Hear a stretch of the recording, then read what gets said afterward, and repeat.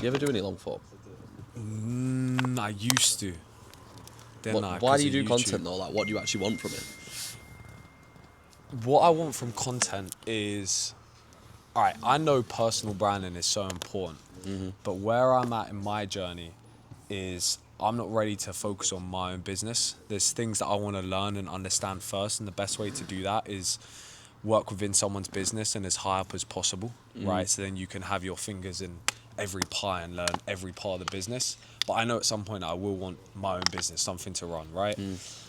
So I know building a personal brand now is important. It's just about understanding how I want to position myself. We were speaking about this earlier. There's so much shit out online, which Yeah, I agree. tarnishes when people are actually good. So it's like, how do you differentiate from them? Because they're normally screaming the loudest. So it's like, if you're actually just giving value content, kind of what we're doing now, typically it doesn't get the views. Well, yeah, it's like you're doing it for virality or for like genuine change and value. Right. But I get what you're saying about there's a lot of shit out there. I think the info space in general is perceived quite heavily as scammy, as pyramid schemey. Yeah. Because there is bad parts about it. There's a lot. Yeah, and it's so easy to give a fake perception online. Lifestyle content, that's what people like watching. But yeah, I think a lot of people fall to that and waste money on shit programs when they first get into it. That's the problem, because there's a lot of good out there as well. Yeah, true. You find what you look for. And it gets pushed under the carpet. Yeah. Do you know what I mean? Like the shit you boys are doing, so sick. I But respect that. it's like there's that. a lot of other people out there who might be screaming louder than you boys. But it's Right like now. right now, of Yeah, course, we're just building. it's already happened. So it's already happened. Learn from the best. But at the same time, they probably shouldn't have as much coming towards them, because really the value side of things is going to be a lot better on the other side. So that's one thing that I learned from someone, actually, this cool bit of game. He's not in the remote sales world, but a very smart person. And he always said to me, it's not the people who you know are the ones that you want to know. It's the ones who are the low-key ones who are trying to come up and stuff, who are the ones who have the fucking game and the knowledge. And he always said to Yeah. me, don't watch the YouTubers with 200k, 400k. Find the ones with 2k, 5k. Guarantee they give you every single bit of their game, because they're trying to put themselves out there. Yeah. And that easier helps me access. a lot. Yeah, that You helped know me a what? lot. You're right with that. Like, 'cause I met a guy last week. I've known him on Instagram for a while, but I had a call with him, and we both didn't pitch each other.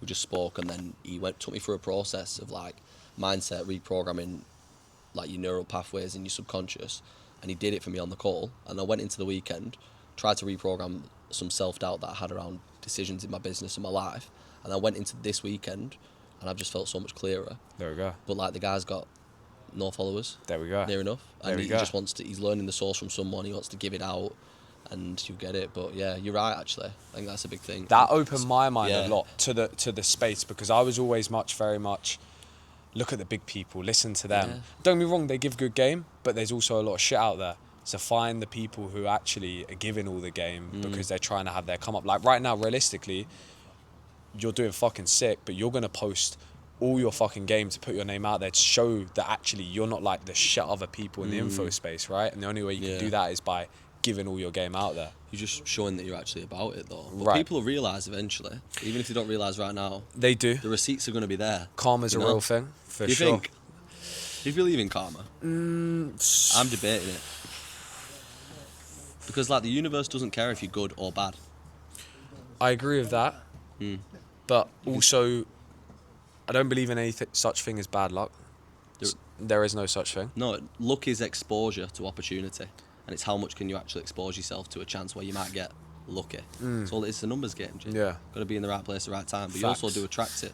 Facts. I wouldn't say luck, because you attract What would you become. call it then? I've always thought about this, you know, No. because I've never agreed with luck, but there is some instance of, like you said, you put yourself in the right space at the right time for the right opportunity to come about. What would you call that then? Frequency, bro. Frequency, because your frequency is a rate of vibration, and we live in an electromagnetic universe where our emotions vibrate at a certain frequency. Yeah. That's what gives it the number, and either it's high frequency or low frequency. Whatever frequency you emit, you project that out, and then you attract more of that into your energy orb. I like that. I like that. That's how I'd put it. Where did you learn this stuff? Books, G, YouTube, coaches, all of it. investing into mindset, like, because I've obviously invested like decent amount into sales, over 10k, and then various other things. But now I've started more investing into my mindset coaching, books, just personal development, because that's what sales is for me anyway. 100%. And I think that's what's helped me scale and just operate at a better place. So where do you feel skill comes into that? Skill set's 20% of it. 80% 20%. mindset. I'm saying more 10%, 90% mindset. Okay. Because you don't have a skill set if you don't have a mindset, because your skill set comes from the way that you think, feel, and act. But it first starts as a thought, learning it. Yeah, I agree. Do you also think as well, right, that the mindset also needs to come with a follow-up of taking the action as well? Yes, because you can have, like, mindset, let's just break it down to like what it actually is. You determine someone else having a better mindset than you by the amount of belief that they've actually got in themselves. The only reason people make money is because they believe that they're worthy of that money. Yeah. If you don't believe it, you won't actually attract that money. I agree. So the question really is like, how much do you put it down to mindset? Yeah. And how much of it is skill set? Yeah, I think it's an interesting one, because when I met Dylan, he was big on fucking mindset, right? And I've always been big on mindset, but I've always been the person on heavily reliant on skill and push mindset to the back a bit, right? Only in the last year I say I'd heavily focus on mindset because I gathered this skill at such a core avenue. Yeah, you got the skill, Jim. Right, so I was like, got the skill. I've got the skill, let's focus on the mindset. But something I've realized from training a lot of people, sales reps, closers, setters, you name it, I've trained them, right? Is they either are very strong in one avenue and very weak in the other. And typically what I find is when they're very strong in mindset, they speak the stuff you're speaking, speak it into existence. It's already happened, stuff like that. Maybe not as strong as you. No, but I'm on it. Yeah, you're on it, right? But the one thing that they lack on the mindset side, which you don't lack on, which I think you should speak on more, is they have the mindset, it's going to happen, but they don't take the action steps there to make sure it happens. Yeah. And I think that's the biggest problem. That's where I was going with it as well. It's like that belief thing that you can create is, you can say all day, I'm a 50k a month closer, I'm a millionaire, like I've got a Bugatti, whatever. If you don't actually have it, you won't believe it. Your subconscious doesn't respond to a logical input of you saying, I am the best guy. Yeah. It responds to emotion. So if it's inauthentic, let's say affirmations or self-talk, then your subconscious is going to reject it and know that you're lying and it's not truthful.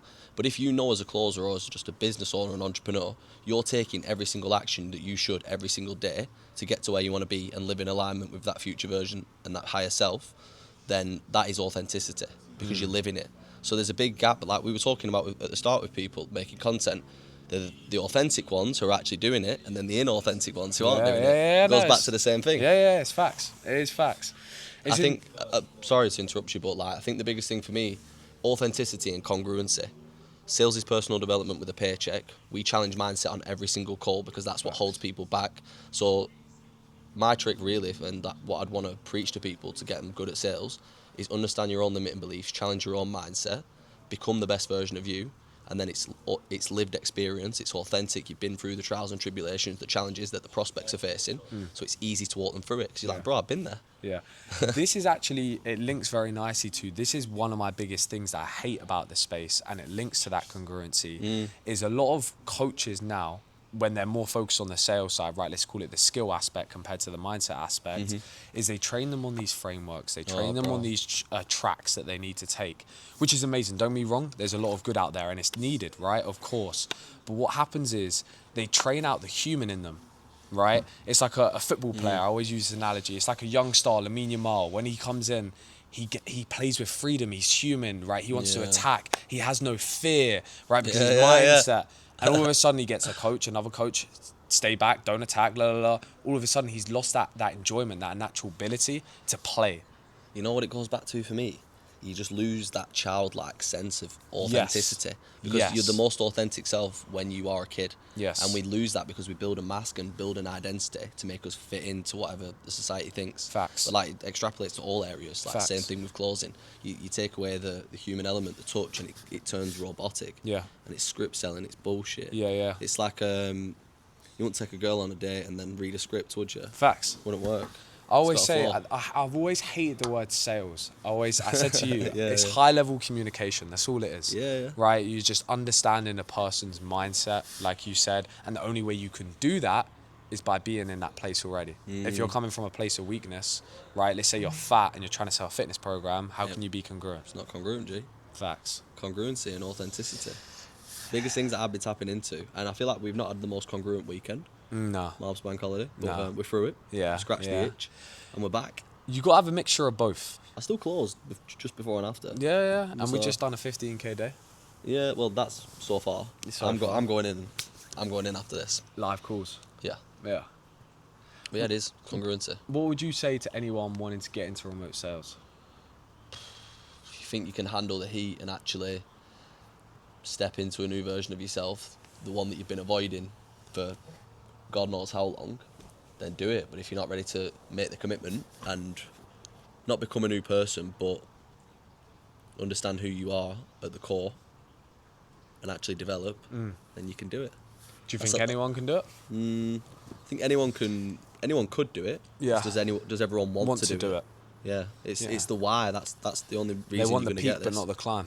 Yeah, for sure. Yeah, for sure. I agree. And people are so focused on the external, like the number on the screen or the 10K a month, which everyone says, but that's not what makes people happy. All humans want is to actually feel good, and we attach numbers on a screen, external factors, to those feelings. But it's not the numbers; it's the experiences and things you're going to be able to do for yourself and the people around you that are going to give you the emotion. So Facts. it's about understanding where you want to go, understanding the things you want to do with the money, and then attaching the emotion to it, and then just living from that emotion every single day. Because when you can operate in that, and when you can operate in that, and you don't fold or bend or get affected by external, it's just a case of time and reality catching up until that reality is yours. But when you become that desired emotional state, what's going to happen is you're not then going to need or want that reality, because you're going to be living it right now. And why would you want something that you've already got? Yeah. And then when you don't need anything from the universe will do everything it can to give you it all. It's And that's detachment. when you conquer. Yeah, and that's when you conquer. It's the art of detachment. Yeah. I That's what like it goes it. back to. I like This it. is why it works. I like it a lot. It's definitely 80% mindset, bro. So when we met, we met in, was it August, October or November last year? Yeah, coming up to a year for sure. Is it? Probably, Is yeah. it? Probably, yeah. When did we start on TikTok? Maybe a couple months from now. Well, it was like late last year, I thought. Yeah. Maybe like October last Yeah, year. yeah, was I doing yeah. it on my birthday? I was doing it around then. Yeah, I was in yeah, there. Yeah. And then we ran up that TikTok offer. But like even back then for me, like I was nowhere near the person that I am now. Mate, he was a different person I literally was. completely. I've had an identity Well, shift. I few. helped you with that. Great fucking sales manager. But you know, Dylan was a different person. We had an offer, TikTok shop offer. It was a great offer, good offer owner as well. And G. he came to us and was like, "Yeah, boys, I've got a closer. I want you to get him on board." And I said, "Listen, I don't really hire externally. I'm getting a closer from an offer owner. Typically, that doesn't really work out. And I'm like, right, I'll give this guy a shot. I'm going into this interview thinking, yeah, I'm going to sack this guy off within 5 minutes. Spoke to him, and he was a fucking G, right? He was a G. Oh, and we ripped respect. a lot of fucking money, to be fair. We done good, Yeah. but Start of a new offer as well that had never been closed on. yeah. A few closers came on. I was the only guy who collected any cash. Yeah, no, it was a good offer. only guy. We had a great team as well. It was a small We did. team, but it's I what remember them started boys. everything. It did. It started a lot for me because I came out of another offer to do it, and I would never advise people to go to a new offer and try and build it, especially if you're tough. trying to make your first bit of money. It's tough. It is tough, but it did make money. Yeah. Bro, like we printed on that in pounds as well. We printed. Yeah. The one thing I'll say is if anyone wants to get into remote sales, so I agree with you. If you start on a new offer to make money, it's tough. But the one bit of advice I would give going on the skill aspect now is don't just take an offer on for the sake of, I want to earn money out off of this. That's the worst thing that I see sales reps do in this space is they jump offer to offer to offer to offer. And the problem is they never actually get to stay in an offer and focus on their skills, learn from the people around them, understand the business, right? Because they're jumping here, there and everywhere. They're not actually settled down. It's like when you move in house, here, there and everywhere. You're never in a proper routine. You're never actually growing. Same when you're jumping with offers as well. So sometimes starting on those new offers is good because you have an opportunity to grow within the offer. Is the money going to be there? Potentially not, right? But at the end of the day, I guarantee you'll preach this. Skill is way more valuable than money, right? Skill will pay you dividends later down the line. Facts. And that's the biggest thing that I'm glad I focused on from the person who got me into sales, Bobby, is always just focusing on the skill first and the money will follow. It's just a byproduct of doing a good job. You know what? Like I was in the trenches, when I first got into it. I think it was March 2025. when I sold my business and went all in, and then I did like a crypto info product for like 3 months, like a launch as well. I Yeah. made like 3 grand in 3 months, but I was like, that's enough for me. I'm gone. Yeah. And then I worked for a guy, did some cold calling, proper in the trenches, like dialing every day.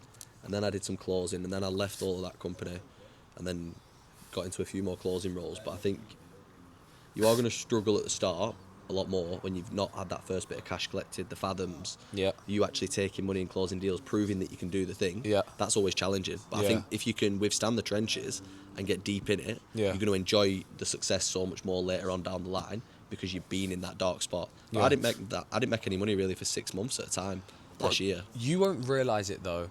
You would have learnt so much more from those offers compared to landing an offer, ripping money, and I guarantee you wouldn't have grown as a closer. I've seen it time and time and time again where people come in and go to the absolute trenches, and typically later down the line, they're the bigger killers because they've been to those darker places, right? You're never going to grow from a place of success. Success is great. That's what we chase, right? And what we attract, right? We don't chase, we attract. But at the same time, you're going to have true growth, especially as a closer or a DM setter when you're in the fucking trenches and you're having to go out there and hunt it. Because when you go onto a good offer, it's going to be on your plate and you're going to be like, holy fuck. Yeah, you enjoy it so much more. Well, yeah. Yeah. And we've got a decent offer going at the moment, haven't we? Yeah, 250k this month we're going to do. Already 20K, happened, and then 20K day. Vegas trip. Already happened. Not too bad. Hey, watch out for us, bro. We're coming. Take over. Watch out. Good shit. That was stuff. solid. Yeah.